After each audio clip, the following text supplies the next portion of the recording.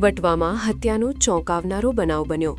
4 માળિયા પાસે યુવક પર તીક્ષ્ણ હથિયારથી જીવલેણ હુમલો કરતા મોહમ્મદ શકીલનું મોત નીપજ્યું, જે કેટરિંગ કામ કરતો હોવાનું સામે આવ્યું। ઘટનાને લઈ વિસ્તારમાં ચકચાર ફેલાઈ। આરોપી આસિફ શેખ ઝડપાયો। ઝઘડા બાદ છરી અને પથ્થરથી હુમલો કર્યો હોવાની માહિતી। અંગત અદાવત સાથે જૂની બોલાચાલીને કારણે બનાવ બન્યો હોવાનું અનુમાન।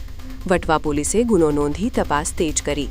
ફરિયાદી મોહમ્મદ સમીર, મોહમ્મદ સલીમ, મોહમ્મદ અયુબ જાતે અંસારી, બ્લોક નંબર 36, વસંત ગજેન્દ્ર ગડકર નગર 4 માળિયાના રહેવાસીએ જાહેર કરેલી કે ભાઈ મરણ જનાર જે છે એ મોહમ્મદ શકીલ સન ઓફ મોહમ્મદ સલીમ મોહમ્મદ અયુબ જાતે અંસારી, એ પણ ગજેન્દ્રનગર ગડકર નગર 4 માળિયાનો, અને આ બનાવ છે એની અંદર એક આરોપી આસિફ સન ઓફ સાબિર હુસેન કાસમ અલી જાતે શેખ, એ પણ 4 માળિયા ગજેન્દ્ર ગડકર નગર નાઓ વચ્ચે બોલાચાલી થયેલી અને અગાઉનું બંદૂક રાખી અને રાત્રે માથામાં પથ્થરથી અને પગના ભાગમાં જાંઘમાં છરીથી હુમલો કરી અને મોત નિપજાયેલ છે।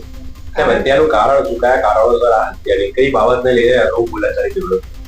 એમાં જે મરણ જનાર જે છે એને અને આરોપી આસિફ ભાઈ છે, જે આસિફ શેખ, એનો એક સદામ કરીને એમના શાળા છે, સદામભાઈ, એમની જોડે આને બોલાચાલી ચાલતી હતી ને બધા 4 માળિયામાં સાથે જ રહે છે। એટલે એના ઘરેથી પસાર થતી વખતે આ મરણ જનાર છે એને અપશબ્દો બોલતો હોય, એ સદામભાઈ કીધું કે ભાઈ અમારા ઘર આગળથી તમે અપશબ્દો નહીં બોલો, અહીંયા બધા લેડીઝો બધા રહે છે।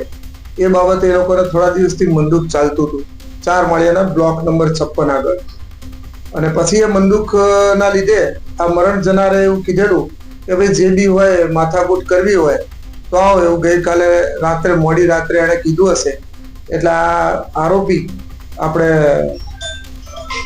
આસિફ સાબિર હુસેન કાસમ અલી, એ ત્યાં રાત્રે 2:15 લોકોને બોલાચાલી થઈ કે ભાઈ મારા શાળાના ઘર આગળ, સદામના ઘર આગળથી તું કેમ અપશબ્દો બોલે છે અને કેમ દાદાગીરી કરે છે, અને માથાકૂટમાં એણે આ છરી અને ત્યાં પડેલા પથ્થરથી 2 ઘા કરેલ છે, અને એમાં જે મરણ જનાર છે એનું મોત નીપજાય છે।